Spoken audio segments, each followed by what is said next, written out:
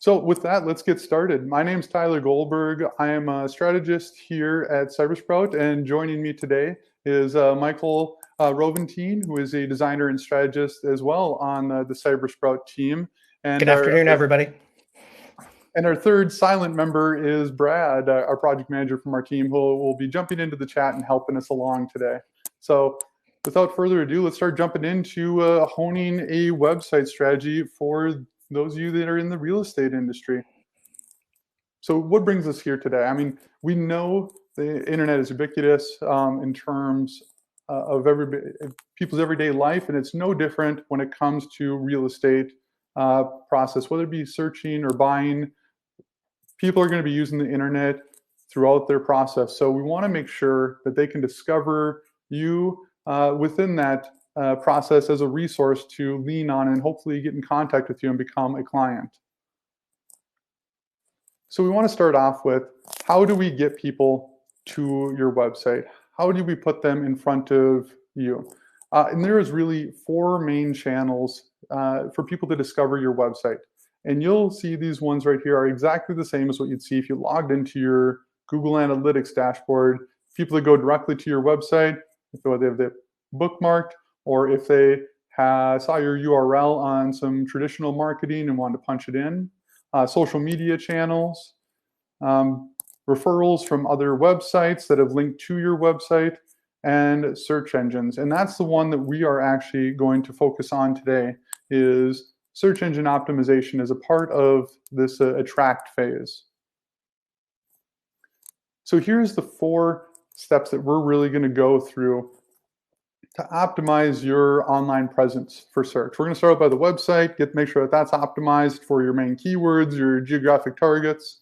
Then we're going to talk about Google Business Profile, which was formerly known as Google My Business, just changed names recently here. And then how other online directories can play a role in that as well. Then we're going to go on to some social proof with online reviews and talk about how that can influence how you show up in those search results. And then the last one is backlinks, and this is links from other websites to your own. So we're going to have a particular focus on local search today. For real estate, this makes the most sense because the people that you're going to be dealing with are either going to be within your local area, or they're going to be searching for content within your area, meaning that they're going to search like homes for sale in Morris, Minnesota, and Alexandria, Minnesota, Sauk Center. They're going to put one of those geographic targets on there. So Google will recognize that and show local search results. And there's really three different ways that Google shows these search results. The first one that we're going to talk about here is maps. And that's pretty straightforward. It's if you're going into the Google Maps area, you're searching. A lot of times you're searching for specific businesses, categories, things of that nature. The next one is local pack. Now, local pack may be an unfamiliar name, but we've all seen it. And that's when you search with one of those geographics. Like I got an example here for real estate, Morris, Minnesota. And that is going to tell Google, hey, I want a local search result. And they pull up what you can see is like a mini map along with those snippets of businesses from those Google business profiles. And that's the local pack results. And they almost always show up above the regular results, which is the third part. And that's just kind of your standard organic results, because those are always going to be included along with these local specific search results as well. So the factors that determine how your website shows up within these searches is a little bit different for each search. For the local pack and map search, your Google business profile is the most important factor. And these factors right here were determined from a White Spark survey. And it's a company that focuses on nothing but local search engine optimization. And they do a poll every year of all the top SEO experts, search engine optimization experts. And these are the factors that they came back with, what they see make the biggest impact. So Google business profile, if you're wanting to show up in maps, if you're wanting to show up in those local pack results, very important. The next one on there, reviews. And then behind that is how you optimize your website. And what's interesting is how you optimize your website is the most important result, or most important factor for how you're showing up in those regular results that are below. And then links. And these are backlinks from other websites to your own.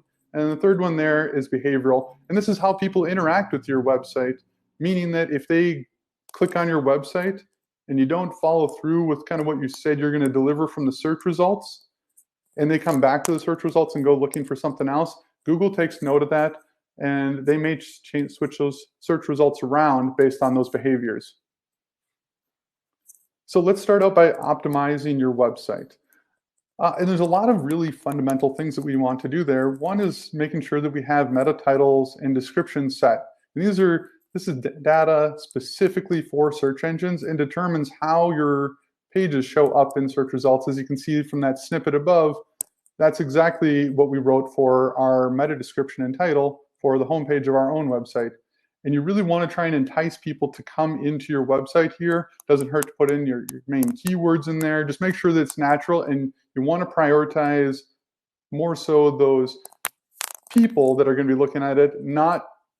Don't focus too much on like keyword stuffing, for example. We're trying to put too much of your keyword in there and it seems unnatural because you're trying to suggest to Google, this is what we want to rank for. Keep those people in mind, and every year goes by, Google updates their algorithm to be more focused on that user experience. So make sure you're keeping that in mind. Mobile optimized. Google actually has separate search results for mobile versus desktop.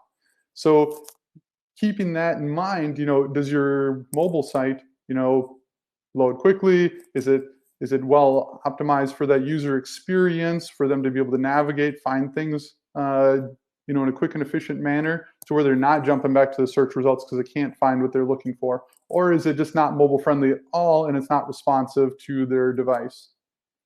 Security, this one is really a matter of, you'll see that HTTPS with like the little green lock in the browser. Google has explicitly said that this is one of the things that they do take into account in their ranking.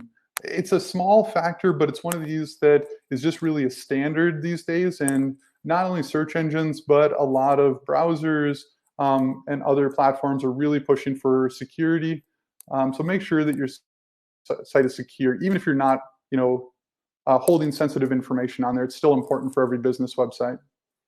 Speed optimization. This one has become more and more of a factor every year, and Google came out with what they call their core vitals in the last couple of years here. And these are specific metrics that tell you on how the website basically appears for that end user. How fast is it? How long does it take to show the majority of the visual content? And that just comes back to the user experience part. If somebody goes to a website, it's taken forever, and we've all been to those websites. It doesn't take long. If a website takes 6, 7, 8 seconds to load, most people by that point are jumping back to the search results. And that sends a pretty strong signal to Google that it's not a good user experience. And again, this is different for desktop than it is for mobile. So those core vital metrics, Google takes a measure of those for both desktop and mobile separately. Sitemap. You want to make sure that you have a sitemap. A sitemap is essentially your blueprint for your website. This is where you can find all the content, how it's structured. If you're using a tool like our preference is WordPress, if you're using like the Yoast plugin or Google Sitemap, it'll generate that sitemap for you. And you can take that sitemap and you can submit it directly to Google through Google Search Console, or to Bing through Bing Webmaster. And then that way it makes sure that they know exactly where your content is and when you're adding new content and making updates. It's also best, if you can, when you look at that sitemap, to clean out any content that isn't important in there. For example, I know on WordPress, a lot of times it shows authors by default. If you're not blogging, if it's not important who the authors are, just remove that out, so it places more emphasis on the content that's important to you. And speaking of content, it's good to keep in mind you want to be keeping your content fresh. Whether it's a matter of adding new content or going back and brushing up and updating your current content, it's always a good strategy for making an impact on Google. And the more content you can get on there, the more search targets that you're going to have. But you want to make sure it's good content. So how do we figure out, what's good content? What kind of content do we want to add in there? And Michael's going to touch on this a little bit more as well in his portion. But in terms of search, if you're trying to figure out like what topics you can write about that people are searching for, one of my favorite things is just to go straight to Google itself. and you start typing in something like real estate and see how it starts to auto-complete that sentence, or how do I buy a home, and then just leave it blank and see how Google auto-completes those, because they only auto-complete for things that people are actually searching for. So it can give you an idea on how to focus that content around things that people are actually searching for. And then if you do click on one of those searches, at the bottom of that search results page, you'll see Google's suggestion for related searches. And again, these are they only put those in there because they know other people have been searching for those topics. So it can be another good way to brainstorm ideas on what to write about, whether it be for blog post content, could be helpful tips, FAQs, a lot of different types and forms of content. Google Keyword Planner is another great tool. This is primarily meant for advertisers, but it can be great for generating and ideating on different topics. And then the last one here, and I'm curious on this one, Google Search Console. And Brad, if you wouldn't mind queuing up the survey, I'm curious how many of you are utilizing Google Search Console for your current website?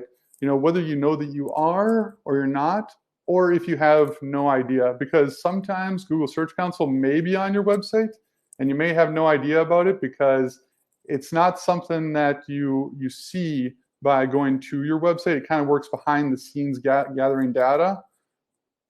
But it is something that I highly, highly recommend setting up for your website. And the sooner the better, because it can start gathering data. And Google is notorious for keeping a pretty tight guard on the information that they have and how its system works. This is one of the few times that you get data directly from Google on how your website performs. It'll tell you things for what's your top pages that are showing up in searches, what are the top phrases people are searching for to potentially find your content on your website, as well as, you know, where are you positioned within the search for each one of those phrases. And it'll even tell you like, oh, you're showing up, you know, 100 times for this search, but you're only getting 1 or 2 clicks. So it can be a good indicator for where you have potential to increase your impact. Because if you see you're showing up, you know, maybe a couple 100 times for a search query, but you haven't really put much content around that on your site, it's a great way to start strategically building up your site and optimizing your site for what you're already ranking for. And why that's so important is I like to think of the social media in terms of digital marketing as like the microwave. SEO, search engines, are like the crock pot. They are slow moving to make adjustments and changes. It can be frustrating from a marketing perspective, but it can also be a great value in the fact that once you've started to get this traffic and you keep building up that traffic, it tends to very consistently show up month after month after month. And then potential content ideas specifically around real estate. You know, it's easy to start out with something that's even smaller. You know, starting with like full-on blog posts or 500 to 1,000 pages might seem intimidating, might seem like too much work. Start smaller. Start with something like just answering some FAQs, maybe some helpful tips that are very narrow focus, very specific. And then you can also think about, you know, ways to create content specifically for real estate, like neighborhood landing pages. And this is a good time to talk about, because a lot of real estate websites utilize an IDX exchange to show those MLS listings. And that's great. I think it's really helpful to have that MLS search on there. But it's important to know that because those listings are shared through an IDX, the same listing that shows up on your site is going to show up on all the other real estate sites within your area. So how can you add additional value to that? You know, why would somebody go look at your site versus another one? Well, one way to do that is to group some of these listings together, maybe for specific like neighborhoods or areas, and how can you add like content on top of that in terms of like, hey, here's the best resources for this area. Here's what utility companies you'd be using here. If you're looking for somebody to help, you know, with appraisal, financing, things like this, here's some recommendations here. Try to make it a one-stop shop for those that are searching in that specific area to find everything that they need for that area. And you can even tie in things like FAQs to that. Real estate marketing snapshots is not a bad one either, where you can get some data, sometimes from your IDX provider, or maybe data that you've pulled out yourself, and then add your twist on it, your opinions. Start to show where your advice can really come into play. That could be through a blog post, could be through just quick snapshots of what's happening in the market on like a monthly basis.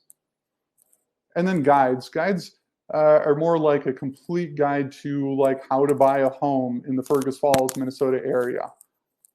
Again, kind of going back to those landing pages, try to think about all the resources that they would need in that home buying process so that there's no need for them really to go anywhere else. If you have all the information that they need in that one complete guide, people are going to start finding that through search, and Google is going to love it because they know that people going to that resource, if they're really engaging with it, they're reading it for several minutes, they're not going back to the search results, it's going to continue to climb up those rankings. All right, so moving on to Google Business Profile. So this is moving off the website a bit here, and this is like your, if you will, almost like your Facebook page for Google. And the first thing you want to do is you definitely want to make sure that you've claimed and verified your listing.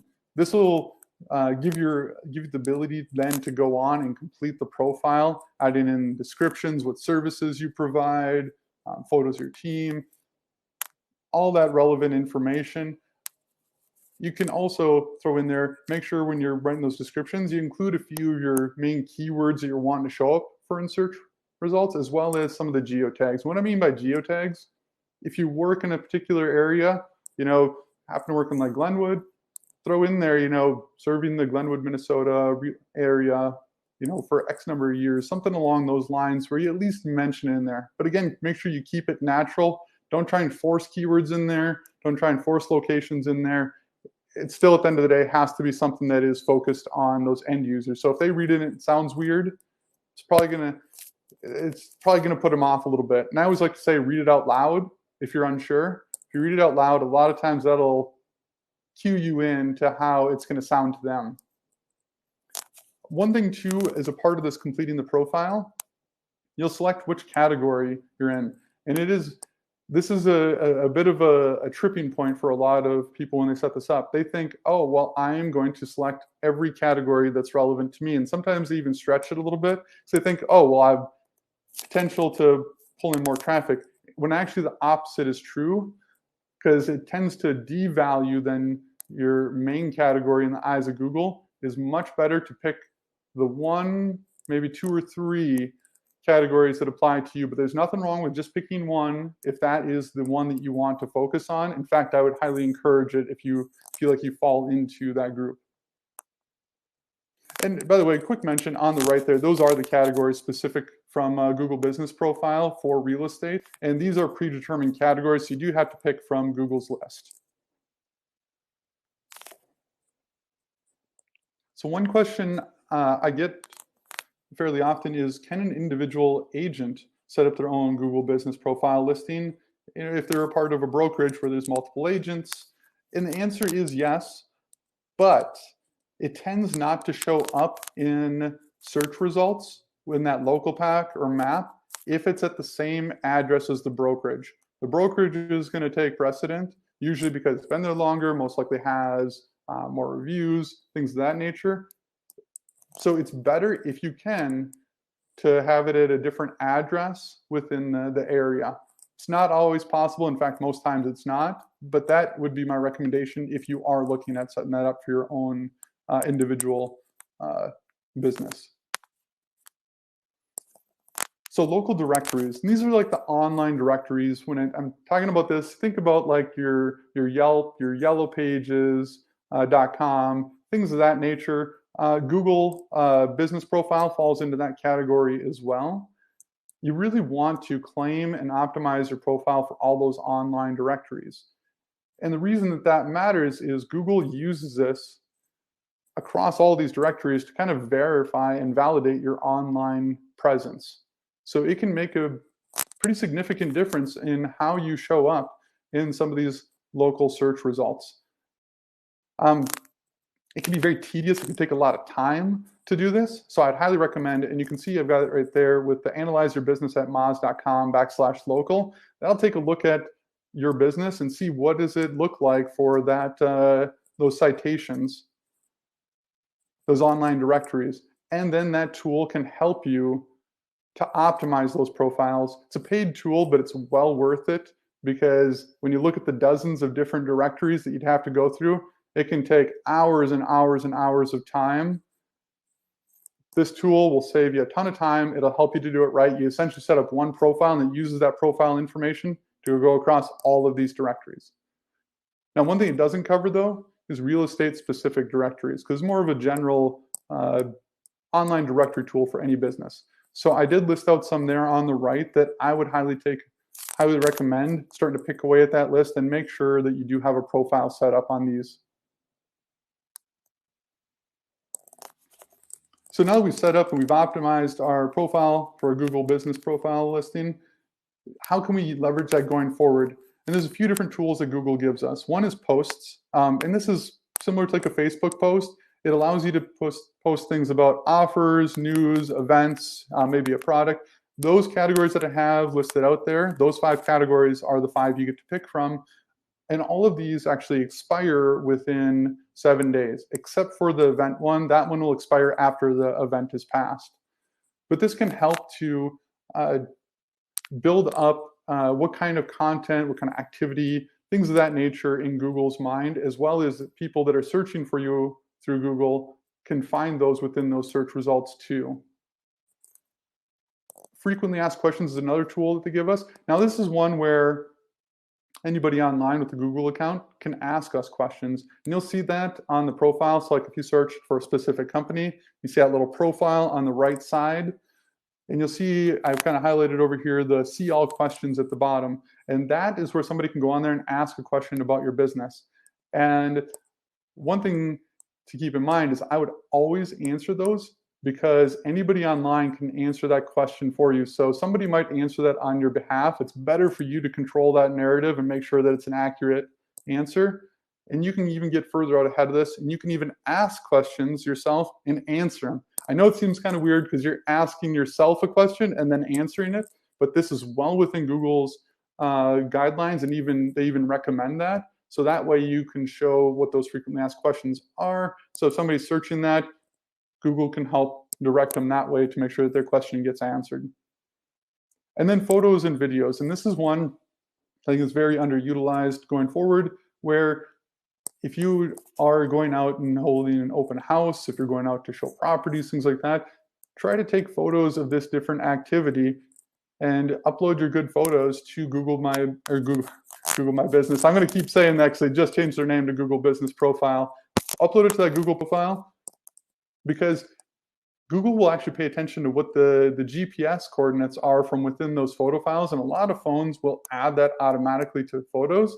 So it starts to show Google where you are doing business within your general region, within your general area, and they can utilize that to start expanding then beyond just your zip code that you're optimized for. It can start to expand out from that area, so you're not just one area that you're showing up in Google search results, but it's an entire area.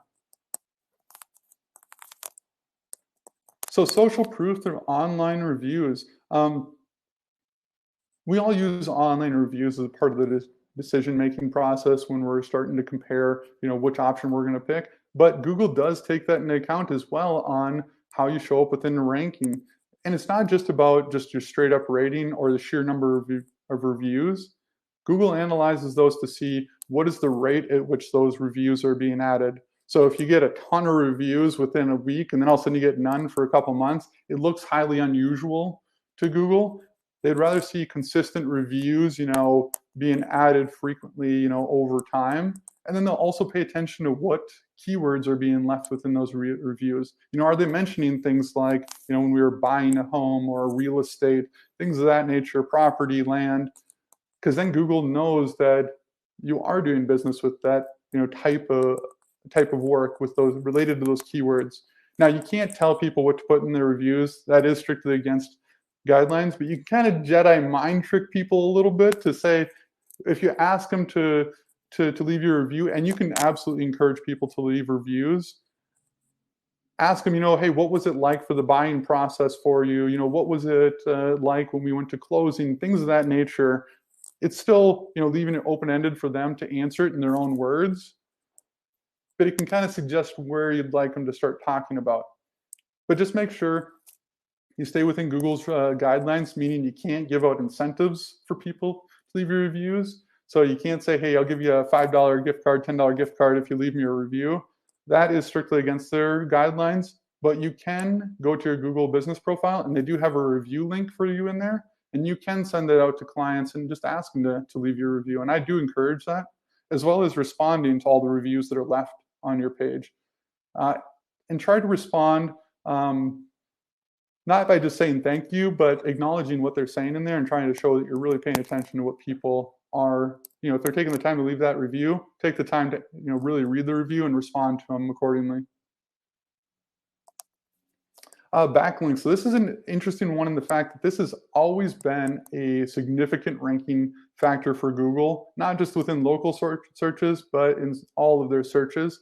And these are when you get links from other websites back to your own. And Google sees this as a voting system in a sense, because you would never rank from, or you'd never link from your website to another website if you thought it was a bad website, if it was nefarious, had bad content. You'd only link to good websites. And so you want to try and get links back, especially from within your local community. And I have a few ideas if you're looking to brainstorm local link ideas. On the right could be a Chamber of Commerce, an EDC. If you're posting jobs, you have the opportunity to add a link in there. I do want to throw out one caveat though. If it's something where it's really easy to add a link into, like social media, for example, those links don't count. They put in code there that basically make those links invisible to search engines. And so what they're really looking for is from other websites where somebody else has added it back to our own. And there's a few different ways you can look at that. It doesn't hurt to reach out to some of these websites and ask for a link back if you have a reason for them to link to you, maybe a good resource, something like that. Creating some of those link magnets, like I talked about at the end there, could be an online tool that's very helpful in the process, could be some original research you've done in the area. And if you're really wanting to know where your competition has gotten links, you can also analyze them. You can analyze them. We have one tool, if you wouldn't mind sharing it in the chat, Brad, that I've used a number of times. I got a couple different ones. This one's from Ahrefs. You can analyze your competition and see where they've gotten links from, because a lot of times there'll be an opportunity for you to get a link there as well. And I do see we have a question as well, and on how we can get a backlink. Show how to add a backlink to Google Business Profile. They do have within the profile a field for you to add a link to your website within there, and I would highly encourage you to do that. And now I'm going to pass this over to Michael to take you on engagement. Now we've got the people on the website. Thank you, Tyler. So as you'll notice, we're going to build, these steps build on each other as we go through. I don't know if you're familiar with the marketing term, the rule of 7. It refers to multiple touch points building up before somebody will become a customer. And we've taken that and kind of adapted it to the digital world and a website. Part of what I'm going to cover in this section are the different sections for engagement, those different touch points on your website and off, but we're not really going to focus on off, but it's worth considering. I'll mention social media posts and ads here. Again, isn't something we're going to go into in any detail here, but it's certainly something to remember as an additional series of engagement touch points. As well, non-listing pages is something you should always pay attention to on your website. This would be anything that doesn't have your real estate listings on there. So about pages, if you have a community page, any sort of resources and blogs and things like that. We are going to talk about blogs. So I'm going to go into a little more detail about saved searches, blog, newsletters, and thank you pages. So saved searches, this is a feature that if it is not a part of your current website is certainly something you should look into. We use iHome Finder as our IDX gateway for all of our real estate sites. And this is something that is enabled on every one of those. A save search is basically just prompting a visitor to save a search that they're making for later, and to create a series of favorites if they want. This is a great opportunity for one to provide a little more user benefit in terms of the features of your site. It's also a great opportunity if they add or if they opt in for automated email updates within that sign up. It's a great opportunity for lead capture. So something to consider. Another really overlooked content marketing opportunity is the blog. Tyler mentioned great content before, and that is key really to engaging your website visitors. What we're looking for here, and this is, if you take one thing from this slide, it's create unique quality content. Don't just create content for content's sake. I did a quick search there on the right for blog ideas. All of these are great to take and adapt and put your own unique spin on for your audience and your visitors. Adding video can really increase engagement off the charts. This could be a video of you talking through in a little more detail whatever it is you're blogging about. It could be talking about a particular service that you offer. These could be, beyond just a walkthrough of a property. And again, they have great engagement and shareability to them. It's always good to treat your post and the page that's on as a landing page. Imagine the visitor may only hit that page of your site. So we want to have really clear call to action. We want to have really clear links to the important kind of meat and guts of your site there. This all together will help establish expertise, authority, and trust, which not only benefits you from the lens that Google looks at you through, but from the experience that your visitors will have. And of course, this is a great way to drive engagement and attract leads. Another way to find content ideas, aside from just randomly Googling there, is to use a tool like BuzzSumo. So they have a free trial of this. It's definitely worth checking out. And the nice thing about this is you can enter your competition or someone else in your space. You can enter their URL, and it will tell you what content that they're getting the most engagement on. And as you can see there, it breaks it down into even different networks. And the engagement on those different networks. At the very least, this is a great opportunity to get ideas for how you can spin this for your own audience. That example, how to sell a house after a relative dies, is something that everyone could put on their blog and put their own spin to it and provide a lot of value for visitors. But the nice thing is this can really shake loose some of those ideas, as well as give you an insight into what your competition is doing. Newsletters, another great opportunity if you're not doing it, or opportunities to tweak always exist if you are doing it. The signups themselves for your newsletters should include really clear value to tell the user what they're going to get from subscribing. The frequency, how often they come out. What is this? Is it special deals? Is it neighborhood information? Do you reuse some of your blog content in there? You could tell them all that up front, and that's going to increase your signups for sure and provide that extra layer of honesty and transparency that really help with your engagement. You can easily tie this into other calls to action.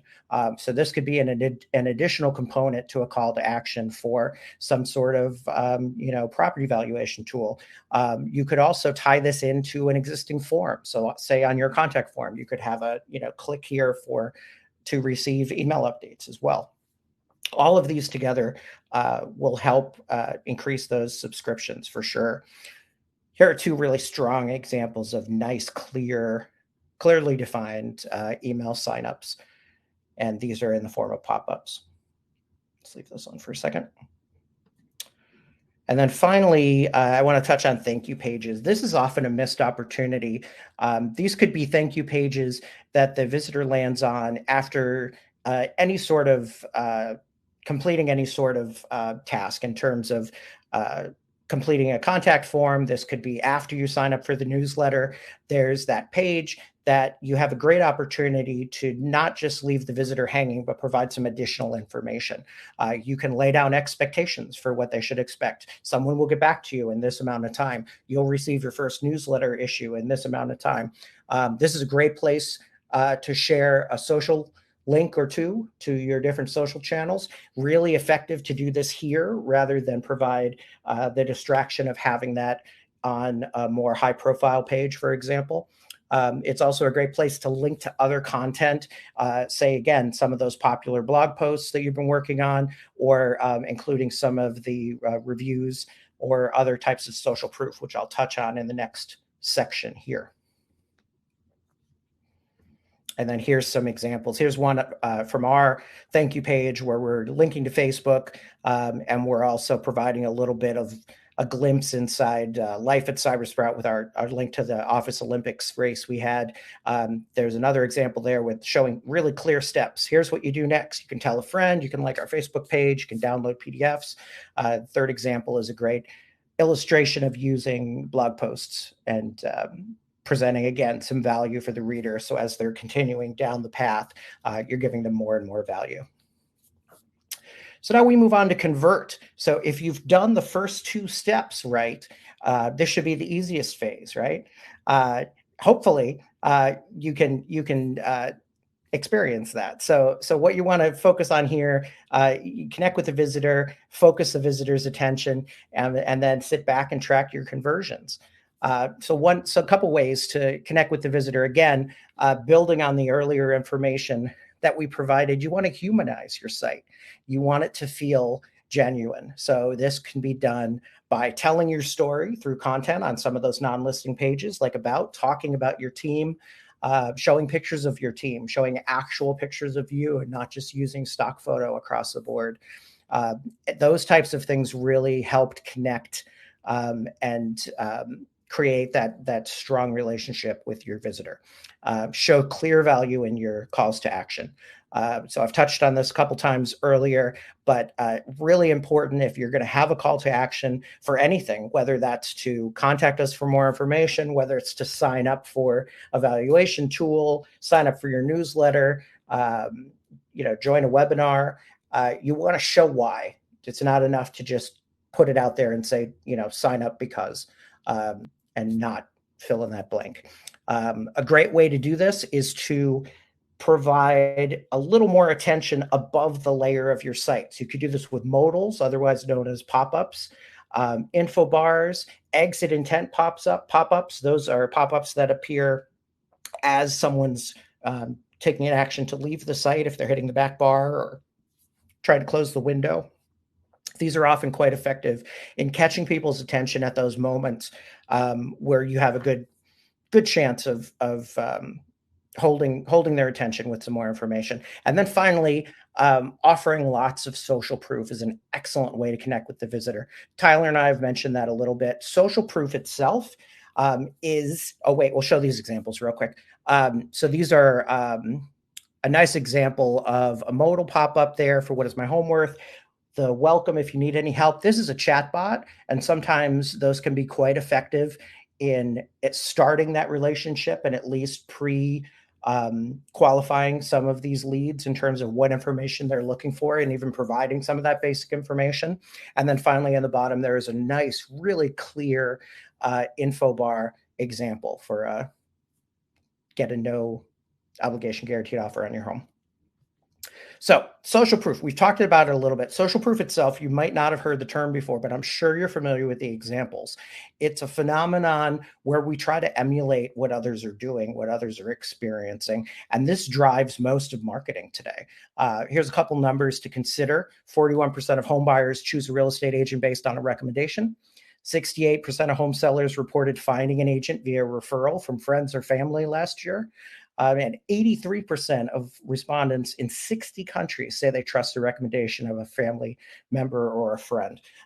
Obviously, in your line of work, you know the value of a recommendation and a really heartfelt review. So that's what we're talking about here as just one example of social proof. Brad, if you want to share that link there. We have a post on our website that dives deeper into all different types of social proof and examples. Here are a few I pulled out that are would be just relevant for real estate websites. Rating and reviews that we've touched on, testimonials, which go much more in depth than a rating or review and usually don't have a star rating associated with them. Social media mentions, of your company or your agents on social media are great to share. Your unique numbers, so how many people you've helped, how long you've been in business, those types of things. Media logos, if this applies to your company, if you've been mentioned in local press or national press, this is a great way to share that and show that off. And certifications, awards, and rankings. So what groups are you a part of? What kind of certifications do you have? Have you been given any awards? These are all excellent to brag about, and this is a perfectly acceptable way to do that. Here are some great examples of reviews that look really nice, and they really clearly convey a lot of information. The average reviews, in addition to just a single one, you get a sense of the average reviews on Google, for example, or in that bottom example, a roundup of the averages on Google, Zillow, and Facebook. The other example on the right there on the bottom has a nice clear button to write your own review as well as look at these. Here are some more numbers and social proof examples that are really nicely used. 650 plus homes sold in the past 2 years. This 12 average days, our listings sell. These are really powerful takeaways for visitors. Great use of media mentions there. And again, having links to your social proof, perfectly valid for calls to action. If you look at the did you know pop up there, nice break in, instead of just sending people to a contact page or a newsletter sign up, you're sending them to see your reviews, and really speaks to how powerful that they can be. So don't underestimate them, and feel free, there's lots of places you could use them across your site. Keeping your visitors focused. One more key element to converting visitors. You want to reduce choice. This is just kind of a roundup of tips here. You want to reduce choices to 5 or 6 or less. This is in general a good rule of thumb for a landing page, but it's really important in things like navigation. If you overwhelm the visitor with navigation options, it's going to be really hard to get them to kind of go into the channels and focus them as you'd like them to. Quiet social media icons, which basically means you want to try to soften their impact. So, it's probably not a good idea for you to stick them in your header. You could put them in your footer and they'd be a lot more effective. The chances of somebody going off on those sites and then getting lost on a social network and not coming back to you are pretty great. So you want to use them sparingly. As I mentioned, thank you pages are great for them. You could even quiet them further by muting or changing the colors of the icons and making them, feel more ingrained with your site colors, or making them grayscale or something like that.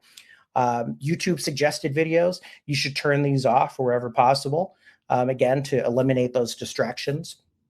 Adaptive forms, or forms that they don't show the whole form at once, but based on the content and the questions that are being asked, they will present the proper information. If you're interested in selling your home, you'll get questions related to that instead of everything that a buyer would have to fill out too for a contact form, for example. It really helps eliminate the kind of overwhelming nature of a long form, and it's a much more friendly process for the user. And then finally, for all elements of your site, it's always good to take a step back and occasionally ask, does this provide value in the path to conversion? And if it doesn't, that's a good target for you to then go ahead and tweak. So tracking your conversions, this can be the easiest part of the process. So you've done everything up till now. We use Google Analytics for this. You can define your goals and you can get the data on how it's working. You want to look and see what's working and what's not. What could be falling through the cracks? There are a few things that wouldn't necessarily show up as clearly in goal tracking through Google Analytics. This could be email links or phone numbers, because those could be copied and used another time, or People could be getting it from different sources. You don't quite know if they're getting it from your site. The other one is PDFs. We try to advise people to use PDFs sparingly, if at all. They don't optimize well for search engines. They put an extra burden on the user to read them. They don't work well on mobile, usually because they're formatted for larger screens. And it's hard to track what people are doing once they download, what they're doing with them once they download. So something to consider, that those could be falling through the cracks. But there are other things you could look at in terms of seeing where users are dropping. Are you getting contact submissions after people view a couple pages? Are you getting submissions from a listing page for people to reach out for more information? Those could be signs that you could tweak those pages and add some of these tips and content pieces that we've discussed all along to make adjustments and see if that needle can move. But this isn't a one and done thing. This is certainly something you could look at and adjust as you go, and being able to track the data through at this level through Google Analytics is really, really helpful. So I'll bring Tyler back at this point, and we'll cover just the key points to remember before we move into questions. Yeah, and this is really, if we, and Michael and I discussed this, like if we had just like a few things, I know we're throwing a lot of information at you today. If you kind of had just a few things to take away, what are the most important things to remember? Under the tracked phase of that, really, really leverage that Google Business Profile. We so often see that a very underutilized tool, and it's becoming more and more important every year, especially for local search. So really maximize that. In terms of engagement, really think about, with everything on your website, how are you creating all those touch points? Because when you get into that 7 points of engagement, that's where people really start to subconsciously trust you, your brand, what you do. So, whether it be the website, getting people signed up for the newsletter, and you send out the newsletter as another point of contact. Maybe you're getting to the point where on that thank you page, like Michael mentioned, that they're now going to follow you on Facebook, and now they see some interactions with you there. All of these little touch points subconsciously add up in that potential customer's mind. And then on the conversion part, you really got to track and make sure that you have those Google Analytics on there, because otherwise you just don't know where are those leads coming from, because you can track it back to see, hey, maybe I'm getting 3 or 4 times as many leads from Google than I am from social media. That would tell me I need to put more emphasis, on building up that Google traffic, because that's what's really generating those leads. So I really thank you for everybody attending today. Yes. We really enjoy sharing this kind of information and love answering these kind of questions. If you do want to learn a little bit more about what we do have an industry-specific page. Brad just shared it there in the chat. If you do want to check out a little bit more about projects that we've done. We do also have a real estate website audit special right now for those of you that have attended today. Normally this is around $400 for the website audit, and this is really a top level look at your website, everything from design to user experience to SEO, security, things of that nature. And then we'll sit down with you and actually go through that report as well and tell you what those recommendations are, what they mean. You can ask questions, and then you can take that report and you can make all those fixes yourself, or if you need help from our team or somebody else, it gives you something to go off of, a bit of a plan. And we'd love to take some questions at this point. Anything you've got on any of the topics that we've touched on today, we'd love to get those fired out there. And then here's our contact info as well, in case you do want to reach out to us. If you're not comfortable asking that question today, or if a question pops up here in a day or two, by all means, reach out to us. All right. Looks like we have one in there so far. How do you add the Search Console to a WordPress site? So all of the websites that we build with CYBErsprout, we do hook up Google Search Console to them. So if it's somebody that we've worked with, we do hook that up. If it's something that you want to check on, WordPress has a lot of different ways that you can go about adding that on there. I just added a link specifically for where you can go look at Google Search Console and start going through that process. The best way to actually add it to your site is not using your website itself, but actually using your domain nowadays. And you can add a record in there to verify that you are the owner of that domain. And then it'll track all your versions of your domains as well as your subdomains, things of that nature. But you can also do it through your website using like the Yoast WordPress plugin, for example, gives you a Google Search Console verification where you can put your unique code that Google gives you in there to verify and validate that. And then it'll start recording data for you. And it's a good thing to check in, once a quarter just to see what kind of results you're getting, where you're having the most impact. Mm-hmm. How tough is it to put Facebook Pixel onto a website? Does it have to be done by a professional? Thanks for the question, Taylor. It really depends on what platform you're using. For example, and again, I know I'm referencing WordPress a lot today, but that is the platform that we happen to specialize in. There are Facebook Pixel plugins that will kind of guide you through that process and help you to get that implemented in there. It's usually not hard to add the pixel on there. Usually there's some way to insert that into what they call the header of your website, and Facebook will give you that code to insert in there. And I think that's a great idea, because if you're going to do if you're wanting to build unique audiences on Facebook or do remarketing campaigns or conversion tracking specifically for Facebook paid campaigns, that can be an invaluable tool. Absolutely. I will add to that. The only piece you need to be careful with is that you're not editing the site code just on raw pages. The benefit of even for a WordPress site of using a plugin to be able to safely add header, footer, body code for these sorts of snippets really helps keep you safe in that regard. So I wouldn't go in and edit raw code, but yeah, it's definitely something you could do yourself. I could take the next one.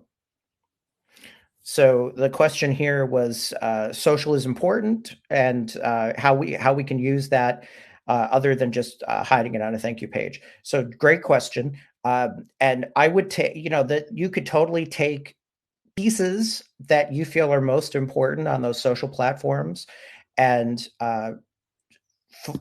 format them for use across your site. You could showcase reviews from Facebook, or even, you can grab bits of code to show Facebook posts.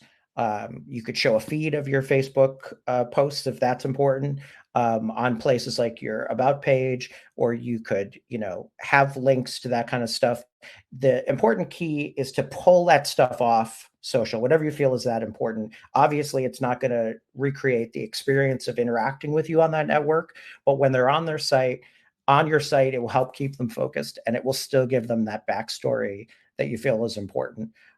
So certainly, I don't advocate hiding them, but you want to use it in a very strategic way and not just link off to those sites and have those sites do all the heavy lifting.